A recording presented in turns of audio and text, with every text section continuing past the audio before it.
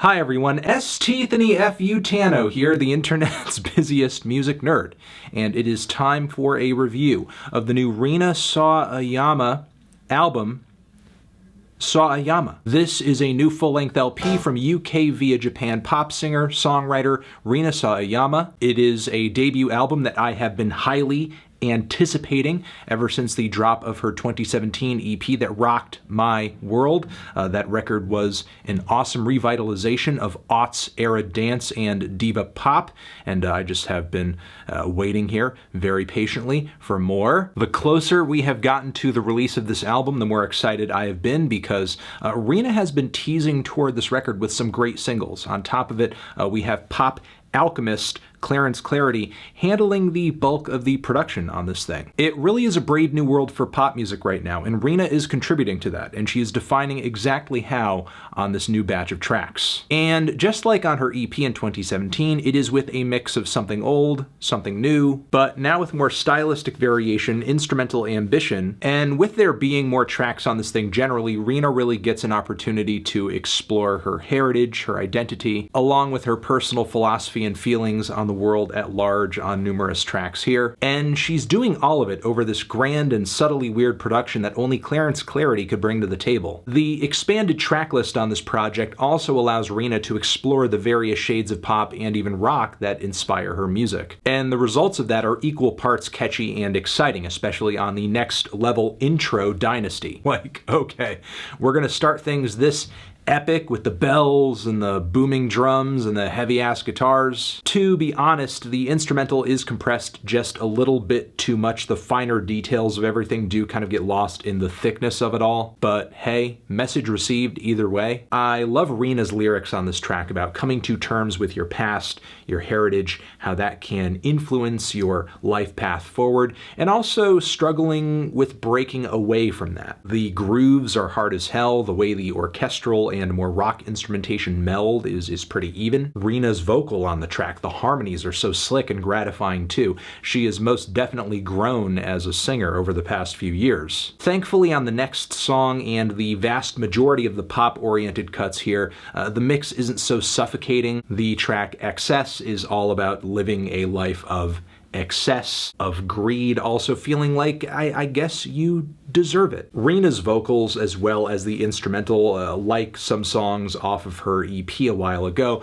reminds me of like some 2000s era Christina Aguilera, but now the instrumental with Clarence Clarity being at the helm feels way more left field, a lot of strange edits peppered throughout it. Also these grinding, descending metal riffs jumping in occasionally to transition the song from one section to the next,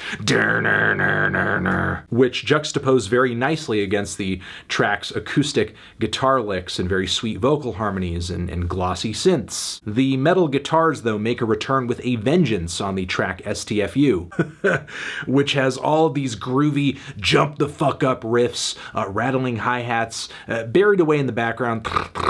Also, Rina throwing in these sinister laughs, one of which at one point is done in melody. Also, the way she's singing on this track, it's the kind of vocal that reminds me a little bit of some Evanescence, but I mean that in the best way possible. It does read a little Evanescence. Also, the poppy acoustic transitions into a very light chorus where Rina can be heard saying very gently, "Shut the fuck up, shut the fuck up." I love that this sound and this style is being recontextualized so creatively on pop records. Of course, we've had a few examples of this over the past few years, especially with Poppy's new I Disagree album, but still I think STFU over here stands as one of the more creative and interesting instances of this. Also, the lyrics of the track are pretty cool, with Rina singing about being angry and validating that, essentially, whether that be directed at a person or something that's just getting on your nerves. We then transition into something a lot easier on the ears with Comme des Garcons, Like the Boys, which is a very chill piece of electropop with a prominent synth bass line. Normally, this is the type of thing I would hear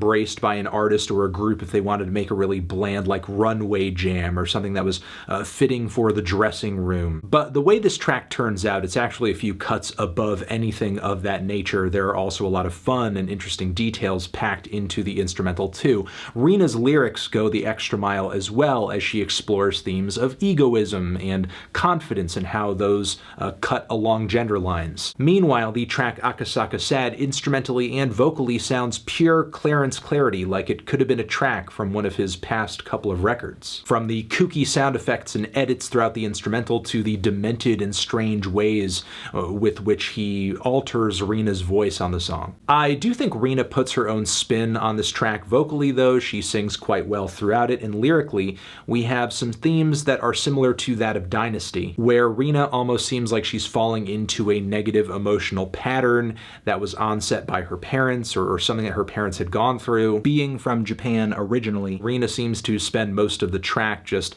lamenting about jet lag and traveling and feeling displaced or out of place, or like she lacks a sense of being here. Even if instrumentally it does stick out like a sore thumb in this track list, and it is quite a bit sadder than many of the other songs here, it's still a major highlight for me. The emotions on this record change up big time though on the following track, PARADISIN, which runs like a very cool combination of pop punk and J-rock with a super huge soaring melodic chorus. Many of the song's lyrics dealing in Rina living somewhat recklessly as a young girl, having these weird experiences like being hacked at one point in her life. It's just kind of a cool, blissful, euphoric trip down memory lane in a more carefree moment of her life. We then get another highlight on the track Love Me For Me, whose message of self-esteem and self-acceptance comes through pretty clear. Being worthy of love and acceptance without having to present yourself in an over-the-top or a deceiving way. But really the selling point of the song for me is its really sharp combination of synth pop and new jack swing on the instrumental with a really modern punch.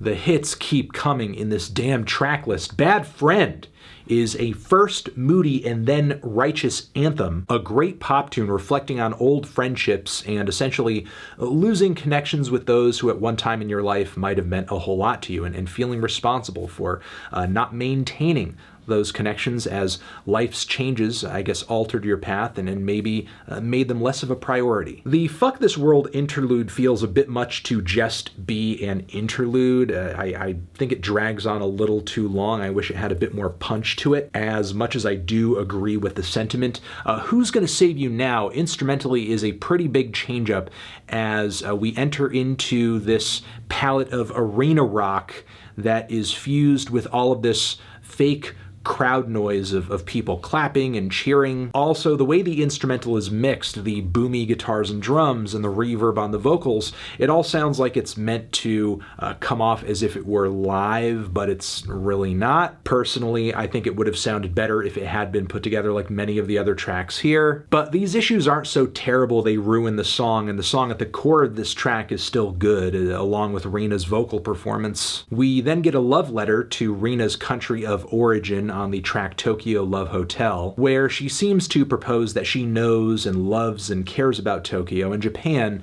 in a way that is deeper and I guess more conscious than that of someone who is stereotyping or kind of just fetishizing Japanese culture. Really what ends up kneecapping this track a little bit though is how compressed the instrumental is. I don't know why the song is so damn thick, even though it's just a synth pop instrumental a la like a Motion era Carly Rae Jepsen. Thankfully, this tiny lull in the track list gets picked up immediately by the fantastic Chosen Family, a gorgeous, emotional, and impactful ballad where Rina is exploring once again these themes of friendship, saying essentially it doesn't matter who you are, where you're from, what you did, as long as we're connected. Then we can be family, we can be close, we don't need to be related to relate, we don't need to share genes or a surname. The building instrumentation on the track and also the way Rina kills it vocally on the back end. Wow! The notes she hits, the volume, the presence, the power. All of that adds up and makes this one of the most just hitting me, punching me in the heart songs here. We also have a pretty hard-hitting closer in the track Snakeskin, where Rina dramatically explores these themes of change also being used, marketing her pain in a way as a commercial artist, I suppose. And this is all happening over a jittery, multi-phased, and very busy instrumental with a few weird trap breakdowns. Narratively, it's interesting, but I'm not entirely sure what makes it a tie-up. Still, you can't really argue that the record isn't going out with a bang on this one. Overall, though, this is a very good start to what I hope is a very robust catalog of albums from Rina Sawayama. Yeah, there are a few tracks that are more underwhelming than others, a few missteps, a few points where the production could use some work, maybe a bit more stylistic and thematic focus as well, but still, at this point in her career, all of those things are much further along than you would expect them to be, and there are still a ton of killer songs in this track list, and good, stunning, impressive vocal performances too. So while there is certainly room to improve here, in a lot of ways Rina is coming to us fully formed. Feeling a light to decent 8 on this one. Transition. Have you given this album a listen? Did you love it? Did you hate it? What would you rate it? You're the best, you're the best. What should I review next? Hit the like if you like. Please subscribe. Please don't cry. Hit the bell as well. Over here next to my head is another video that you can check out. Hit that up or the link to subscribe to the channel. Anthony Fantano, Rina Sawayama, forever.